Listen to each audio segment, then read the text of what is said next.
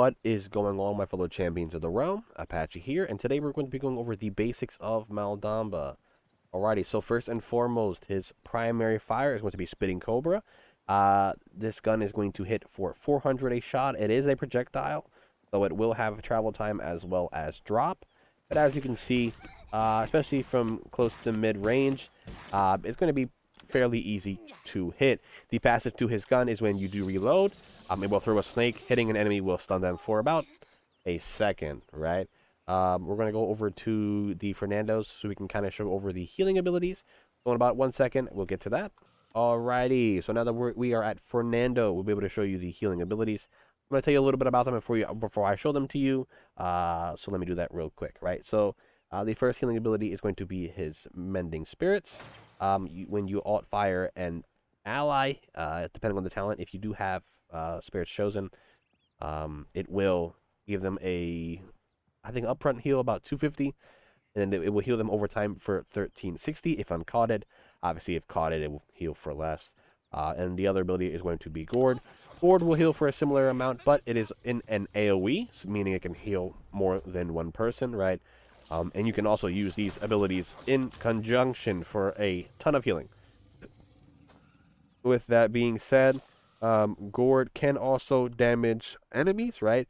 So a lot of the times throwing the Gourd on the main tank will be very beneficial, since not only, this will turn on, not only will you heal your ally, but you will be doing damage to the enemy, increasing the amount of ult charge you are gaining, right?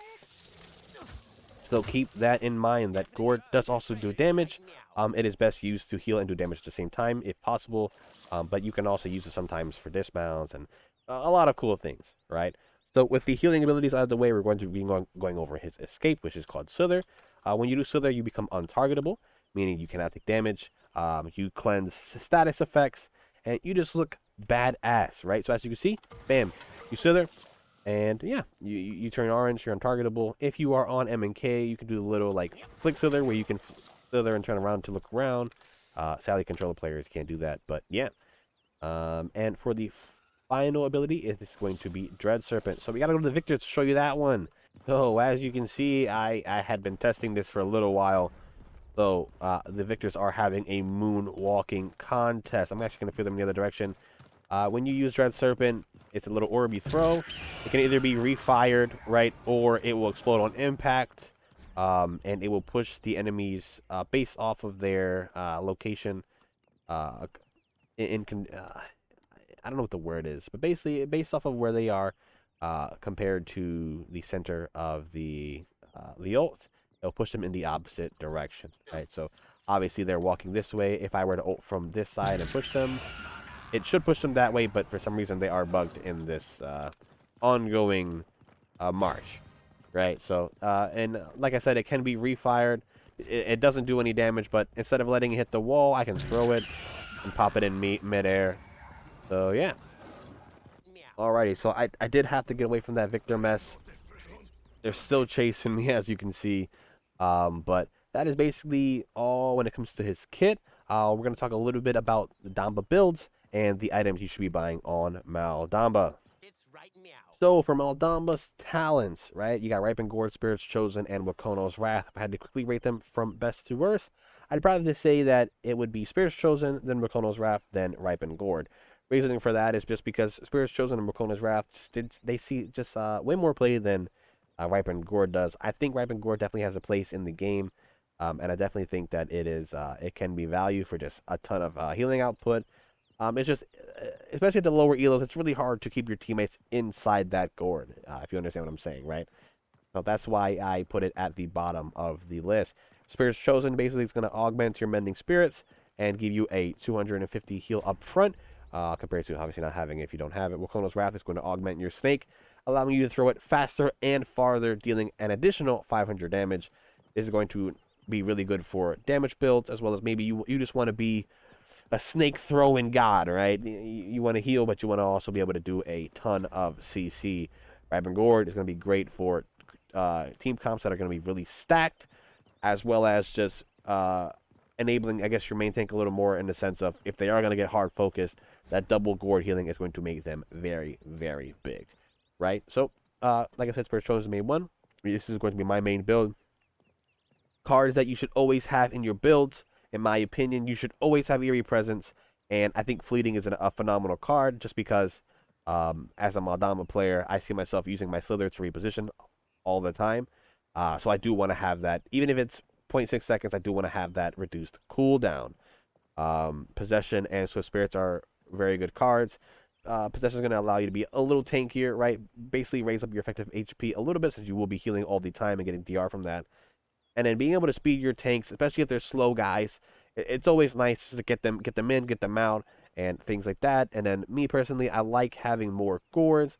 I probably might lower this card by one and throw it in possession because I think with Chronos 3, many Gourds 4 does have this diminishing returns, and it's not as value. I might be incorrect, and I feel like 4 might be the most that you should run.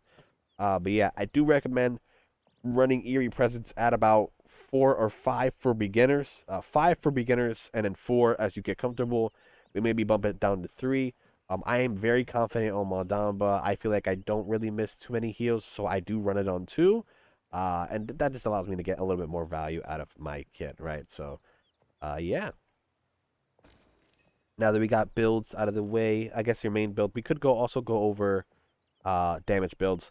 So this would be a damage build. I actually got this from a teammate of mine. Thing, phenomenal damage Dama player, so I definitely recommend this build. I think I might have changed 1 or 2 things, just so they fit a little bit more to my play style, but basically same thing. Eerie Presence, possession when you're, a little bit of healing, and being a fast boy.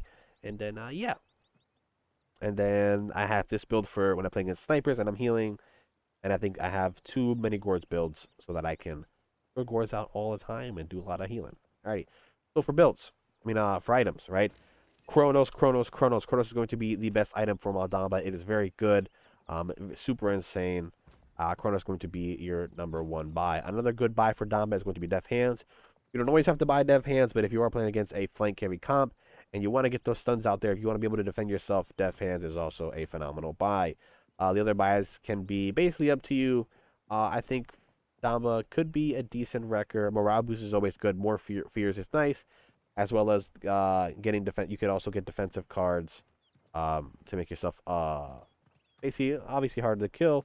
And then nimble movement speed and supports is always nice, so that you don't have to use your movement abilities to rotate, right?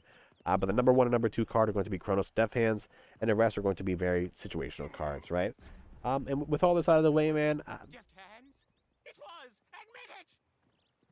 dumb something to say. I'm sorry.